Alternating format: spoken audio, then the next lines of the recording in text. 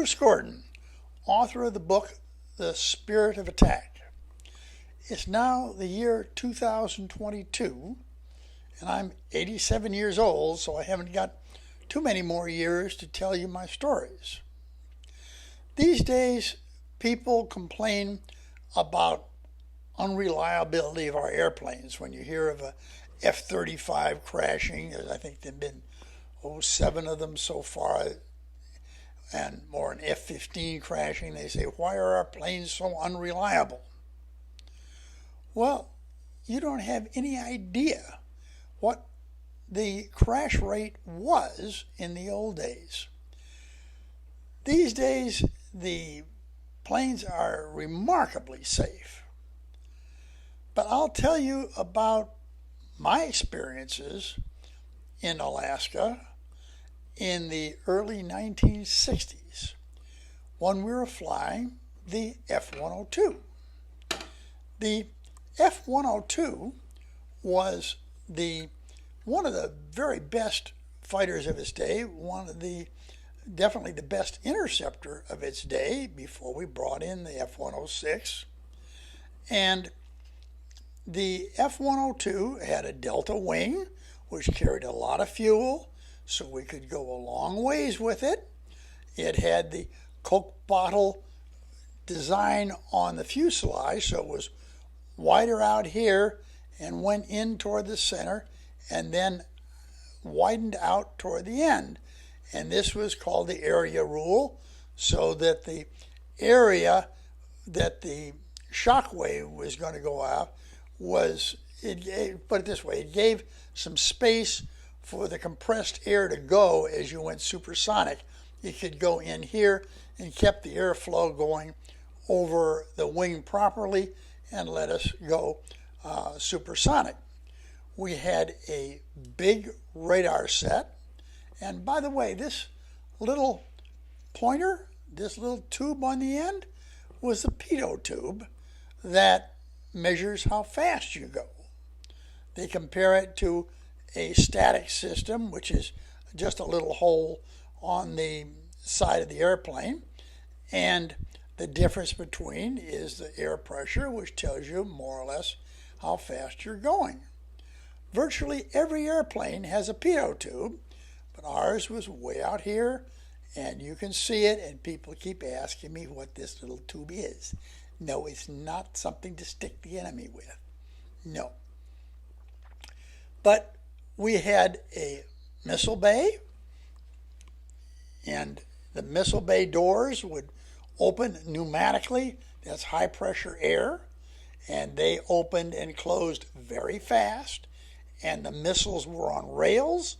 They would extend down into the airspace, and they were actually fairly good.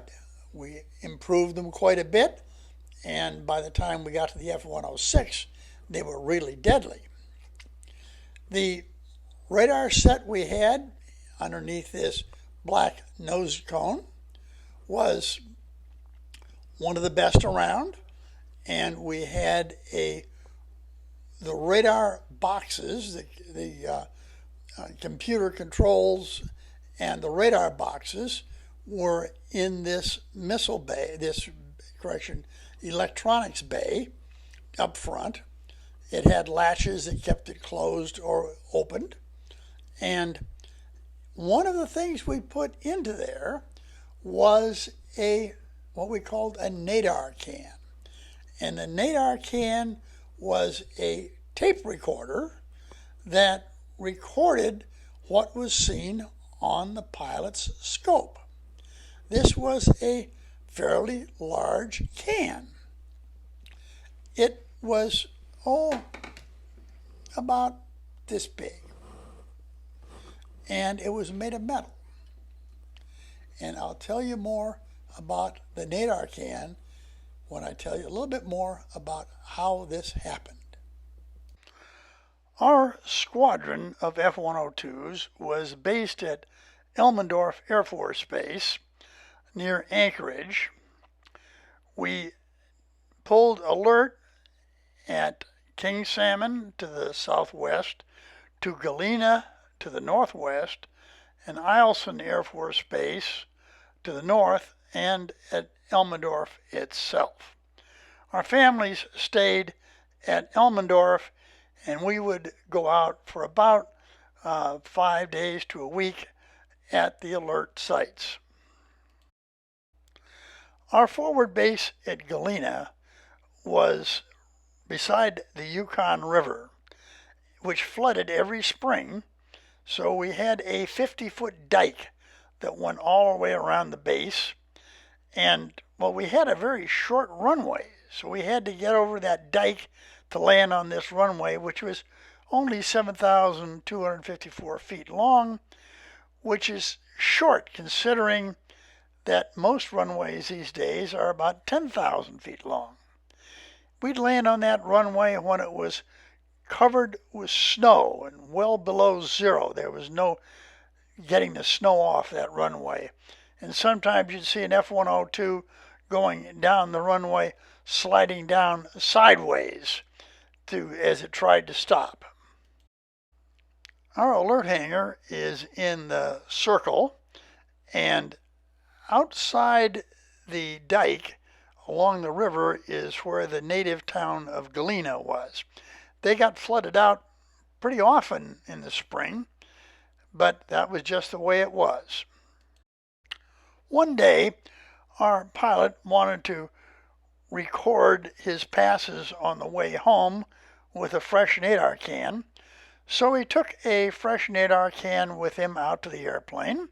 He set it on the ground and undid the latches on the nose panels, raised the nose door, took out the old nadar can and put it in the handiest place it was available. With his one hand, he put it right in the intake of his F-102. He picked up the one from the ground and put that one in, buttoned up the nose doors, and climbed to the airplane and started the engine with the can in his intake. He taxied onto the runway, got clearance for takeoff, went to full power, released the brakes, lit the afterburner, and roared down the runway. Just as he was lifting off, the nadar can hit the turbine blades. The engine failed in a bang and a lot of smoke, and the fire warning lights came on. He ejected. He came down just a short distance away safely, but we had lost another F-102. About 6 months later, we lost another one. It was winter, and the pilot was heading back from Galena to Elmendorf and crossing the Alaska range of mountains and that lie between Galena and Alaska. He had engine failure. He was high above the clouds, but his plane, he got a fire warning light. He ejected and came down in the mountains. He was on the side of a mountain in deep snow, so he climbed up to a level spot and tried to make a fire with some brush around there, but the fire went into the snow and burned out, so he took the bottom of his survival kit and some more brush and built a fire in the bottom of his survival kit, and the fire burned through the bottom of his survival kit, fell into the snow, and went out. He took his survival radio and tried it, but it wouldn't work because the battery was frozen. He took out the radio's frozen battery and put it inside his parka to try to thaw it out, but he said it was like putting a heat sink in your parka in the cold. He couldn't take that, so he gave up on the radio. He took out his sleeping bag, curled up as best he could in the snow, and spent the night. The next day, a helicopter came out looking for him, but it was looking down in the valleys, and he was up on the side of the mountain. They didn't see his smoke flares, and they flew on.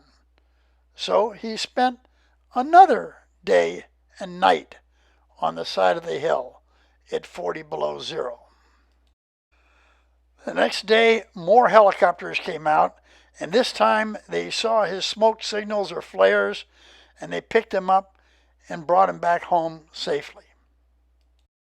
The Cuban Missile Crisis hit in October of 1962, and I was deployed from Elmendorf up to Eielson carrying a nuclear missile where I pulled nuclear alert.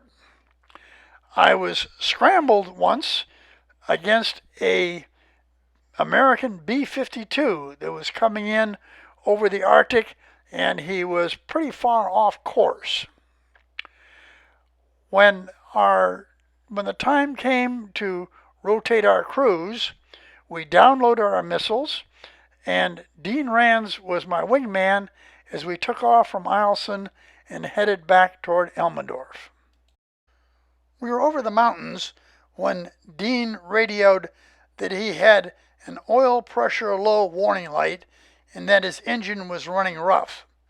He said he didn't think he could make it on to Elmendorf or back to Eielson.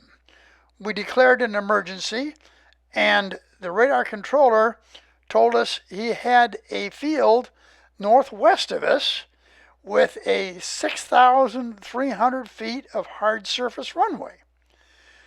I didn't know of any airfield out there with that kind of runway, but any port in a storm, so we headed northwest toward this 6,300 foot runway. When we were partway there, the controller called us back and said he was sorry about that, but it wasn't 6,300 feet of hard surface. It was 3,600 feet of gravel. We were now clear of the mountains, but were descending toward some clouds as Dean's plane lost power. Dean said he'd have to eject, and I moved my plane a little distance away so I wouldn't hit him or his plane when he ejected. Just before he entered the clouds, he ejected, and I saw his parachute as it descended into the clouds. I stayed well away from Dean's plane as I dove through the clouds and then turned around and came back to look for his parachute. I couldn't see his parachute, but I did see his plane strike the ground in a ball of fire.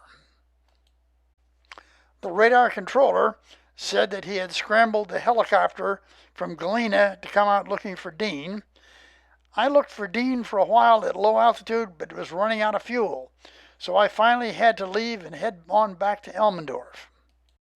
Dean parachuted safely into the tundra and promptly began to set up camp because he figured he'd be there for a long time. He took out his survival radio and turned on the beeper and hung it on a bush while he made camp and tried to start a fire.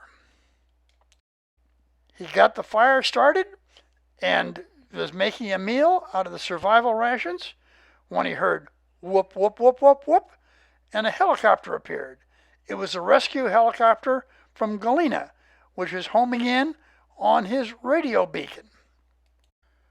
We lost 5 F-102s from that one squadron in Alaska in the 3 years that I was there. Today's planes are much safer than they were back then.